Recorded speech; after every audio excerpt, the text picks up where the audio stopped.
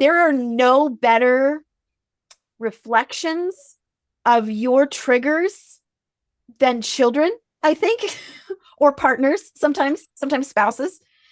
So for that, it can be an experience of being able to be like, wow, whatever work I needed to do, whatever healing I needed done, it's definitely going to be brought up in raising my kids because they're going to match me and they are going to poke at whatever buttons and whatever sticky cells I happen to have. They're going to bring it out. So there are moments where that is going to trigger certain things in me that are like, maybe I wasn't meant for this. Maybe the question of whether, and it can be a question of God or your spiritual higher power. It's like, did they make me infertile for a reason? And that question comes up a lot for me, like all the time, like every day, probably.